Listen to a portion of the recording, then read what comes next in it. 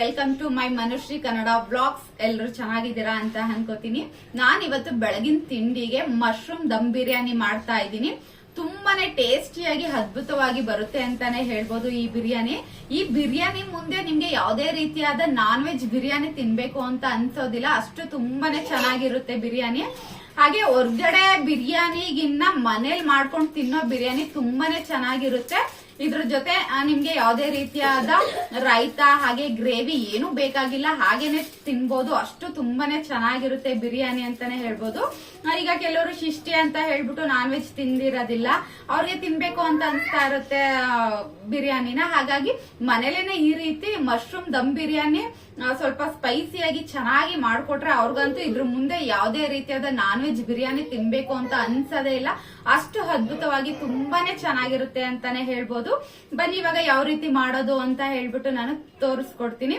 ಹಾಗೆ ಯಾರೆಲ್ಲ ನನ್ನ ಚಾನಲ್ ನೋಡ್ತಾ ಇದ್ದೀರಾ ಸಬ್ಸ್ಕ್ರೈಬ್ ಮಾಡಿ ನೋಡಿ, ಹಾಗೆ ಫ್ಯಾಮಿಲಿ ಫ್ರೆಂಡ್ಸ್ಗೂ ಕೂಡ ಶೇರ್ ಮಾಡಿ, ಹಾಗೆ ಕಾಣಿಸ್ತಾ ಇರುವಂತಹ ಬೆಲ್ ಐಕನ್ ನ ಕ್ಲಿಕ್ ಮಾಡಿ ನಾನು ಹಾಕುವಂತಹ ಹೊಸ ಹೊಸ ವಿಡಿಯೋಸ್ಗಳು ನಿಮ್ಗೇನೆ ಫಸ್ಟ್ ನೋಟಿಫಿಕೇಶನ್ ಬರುತ್ತೆ ಅಂತ ಹೇಳ್ತೀನಿ. ಪ್ಲೀಸ್ ಸಬ್ಸ್ಕ್ರೈಬ್ ಮಾಡಿ ನೋಡಿ. ಇಷ್ಟೊಂದು ಎಫೆಕ್ಟ್ ಹಾಕಿ ಮಾಡ್ತಾ ಇದೀವಿ ಮಕ್ಳಿಟ್ಕೊಂಡು, ಇಷ್ಟು ಬ್ಯುಸಿ ಲೈಫ್ ಅಲ್ಲೂ ಕೂಡ. ಆದ್ರೂ ಕೆಲವ್ರು ನೋಡ್ತಾರೆ ಸಬ್ಸ್ಕ್ರೈಬ್ ಮಾಡ್ಕೊಳ್ದೆ ಹಾಗೆ ನೋಡ್ತಾ ಇರ್ತಾರೆ. ಪ್ಲೀಸ್ ಅಂತವ್ರಿಗೆ ಸಬ್ಸ್ಕ್ರೈಬ್ ಮಾಡಿ ನೋಡಿ, ನಮ್ಮನ್ನು ಬೆಳೆಸಿ ಅಂತ ಕೇಳ್ಕೊತೀನಿ. ಬನ್ನಿ ಇವಾಗ ಯಾವ ರೀತಿ ಮಾಡೋದು ಅಂತ ತೋರಿಸ್ಕೊಡ್ತೀನಿ. ಈಗ ನಾನಿಲ್ಲಿ ಮಶ್ರೂಮು ಕ್ಲೀನ್ ಮಾಡಿ ಇವಾಗ ಕಟ್ ಮಾಡ್ಕೊತಾ ಇದ್ದೀನಿ. ಇವಾಗ ಎರಡೆರಡು ಭಾಗ ಮಾಡ್ಕೊಂಡ್ರೆ ಸಾಕಾಗುತ್ತೆ. ತುಂಬ ಚಿಕ್ಕದಾಗಿ ಮಾಡ್ಕೊಂಡ್ರೆ ಎಣ್ಣೆಲಿ ಫ್ರೈ ಮಾಡಬೇಕಾದ್ರೆ ಸಿಂಕ್ ಆಗುತ್ತೆ. ಹಾಗಾಗಿ ಸ್ವಲ್ಪ ದಪ್ಪನೆ ಮಾಡ್ಕೋಬೇಕಾಗುತ್ತೆ. ಈಗ ಒಂದು ಬೌಲಿಗೆ ಮಶ್ರೂಮ್ ಹಾಕ್ಕೊಂಡು 1 ಸ್ಪೂನಷ್ಟು ಅಚ್ಕಾರದ ಪುಡಿ, ಅರ್ಧ ಸ್ಪೂನಷ್ಟು ಅರಿಶಿನ, ಅರ್ಧ ಸ್ಪೂನಷ್ಟು ಗರಂ ಮಸಾಲೆ, ಹಾಗೆ ಮಶ್ರೂಮಿಗೆ ಬೇಕಾಗಿರೋ ಅಷ್ಟು ಉಪ್ಪು ಹಾಕ್ಕೊಂಡು ಒಂದು 3-4 ಸ್ಪೂನಷ್ಟು ಮೊಸರು, ಗಟ್ಟಿ ಮೊಸರು ಹಾಕ್ಕೊಂಡು ಇವಾಗ ಮಿಕ್ಸ್ ಮಾಡಿಕೊಂಡು ಒಂದು 1/2 ಅವರ್ ಮ್ಯಾರಿನೇಟ್ ಮಾಡಿ ಹಾಗೆ ಇಟ್ಬಿಡ್ಬೇಕು. ಫ್ರಿಜ್ಜಲ್ಲಾದರೂ ಇಟ್ಕೊಳ್ಳಿ, ಇಲ್ಲಾಂದರೆ ಹಾಗೇನಾದರೂ ಇಟ್ಕೊಳ್ಳಿ. ಈಗ ರುಬ್ಬೋದಕ್ಕೆ ಮಸಾಲೆ ನಾನೊಂದು ಈರುಳ್ಳಿ ತೊಗೊಂಡಿದ್ದೀನಿ, 1 ಮುಷ್ಟಿಯಷ್ಟು ಬೆಳ್ಳುಳ್ಳಿ, ಹಾಗೆ ಅದು ಅರ್ಧದಷ್ಟು ಶುಂಠಿ, 1 ಸ್ಪೂನಷ್ಟು ಧನ್ಯ, ಖಾರಕ್ಕೆ ಒಂದು 7-8 ಹಸಿಮೆಣ್ಸಿನ್ಕಾಯಿ ಹಾಕ್ಕೊಂಡಿದ್ದೀನಿ. ಈಗ ಎಲ್ಲ ಗರಂ ಮಸಾಲೆನೂ ಕೂಡ ಹಾಕ್ಕೊಂಡಿದ್ದೀನಿ. ಸೋಂಪು, ಜೀರಿಗೆ, ಮೆಣಸು, ಜಾಪತ್ರೆ, ಕಲ್ಲುವ್ವ, ಸ್ಟಾರು, ಮರಾಠಿ ಮೊಗ್ಗು, ಚಕ್ಕೆ, ಲವಂಗ ಎಲ್ಲನೂ ಕೂಡ ಹಾಕ್ಕೊಂಡು ಇವಾಗ ಫ್ರೈ ಮಾಡ್ಕೊತಾ ಇದ್ದೀನಿ. ಸ್ವಲ್ಪ ಕಲರ್ ಚೇಂಜ್ ಆಗೋವರೆಗೂ ಫ್ರೈ ಮಾಡ್ಕೊಬೇಕು. ಇದನ್ನು ಆರಿದ ಮೇಲೆ ನಾವು ರುಬ್ಕೊಬೇಕು. ಈಗ ಇನ್ನೊಂದು ಮಿಕ್ಸಿ ಜಾರ್ಗೆ ನಾನಿಲ್ಲಿ ಅರ್ಧ ಹಿಡಿಯಷ್ಟು ಪುದೀನ ಸೊಪ್ಪು, ಹಾಗೆ ಅರ್ಧ ಹಿಡಿಯಷ್ಟು ಮೆಂತ್ಯ ಸೊಪ್ಪು ಮತ್ತು ಅರ್ಧ ಹಿಡಿಯಷ್ಟು ಕೊತ್ತಂಬರಿ ಸೊಪ್ಪು ಹಾಕ್ಕೊಂಡು ರುಬ್ಕೊಂಡು ಬರ್ತೀನಿ. ಈಗ ಒಗ್ಗರಣೆಗೆ ನಾನು 2 ಈರುಳ್ಳಿ, 2 ಟೊಮೊಟೊ ಮತ್ತು ನಾನು ಎಲ್ಲ ಗರಂ ಮಸಾಲೆನೂ ಕೂಡ ಹಾಕ್ಕೊಂಡಿದ್ದೀನಿ. ಫ್ರೈ ಮಾಡೋದಕ್ಕೆ ಏನೇನು ಹಾಕ್ಕೊಂಡಿದ್ದೆ ರುಬ್ಬೋದಕ್ಕೆ ಅದನ್ನು ಕೂಡ ಒಗ್ಗರಣೆಗೂ ಕೂಡ ನಾನು ಹಾಕ್ಕೊಂಡಿದ್ದೀನಿ. ಈಗ ಆ ಗ್ಲಾಸಲ್ಲಿ ನಾನು 1.5 ಗ್ಲಾಸಷ್ಟು ಅಕ್ಕಿ ಹಾಕ್ಕೊಂಡಿದ್ದೀನಿ. ಅದಕ್ಕೆ ನಾನು ಇವಾಗ ಮೆಜರ್ಮೆಂಟ್ ತೋರಿಸ್ತಾ ಇರೋ ಅಂಥದ್ದು.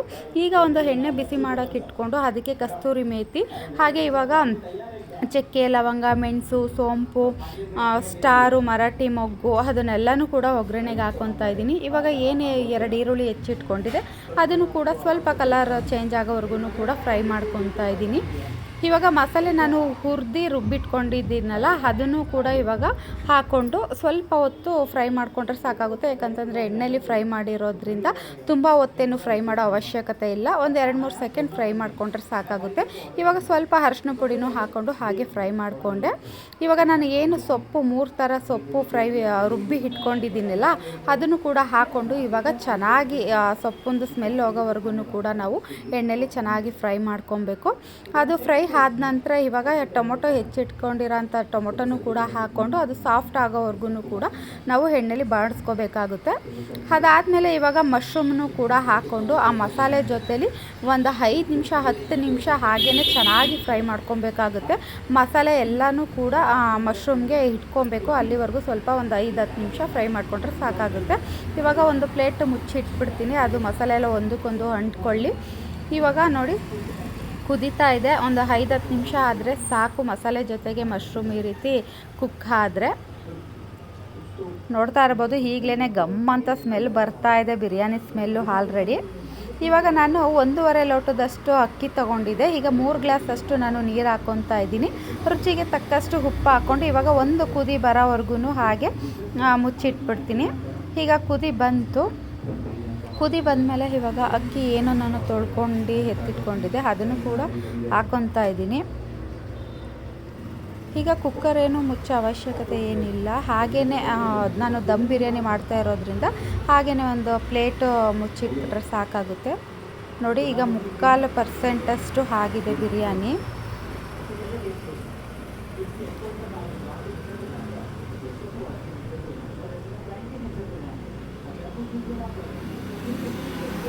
ಈಗ 3/4% ಆದ ನಂತರ ನಾವು ಅರ್ಧ ಒಳಷ್ಟು ನಿಂಬೆಹಣ್ಣು ಹಾಗೆ 1-2 ಸ್ಪೂನಷ್ಟು ತುಪ್ಪ ಹಾಕ್ಕೊಬೇಕಾಗುತ್ತೆ.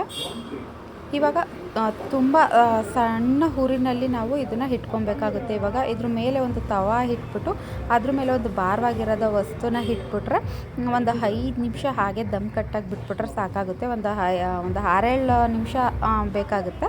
ಅಷ್ಟೊತ್ತು ದಮ್ ಕಟ್ಟಾಗಿ ಬಿಟ್ಬಿಟ್ರೆ ನೋಡ್ತಾ ಇರ್ಬೋದು ಎಷ್ಟು ಚೆನ್ನಾಗಿ ಕಾಣಿಸ್ತಾ ಇದೆ ಅಂತ ಹೇಳ್ಬಿಟ್ಟು.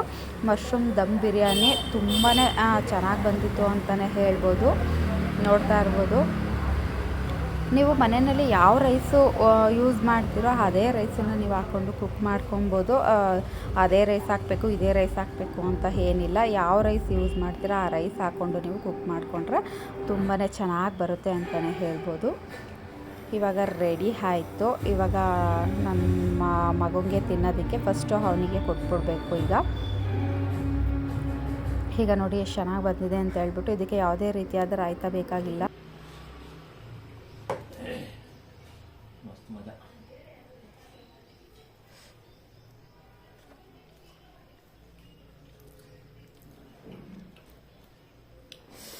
ಸಖತ್ತಾಗಿದೆ ಸ್ಪೈಸಿಯಾಗಿ.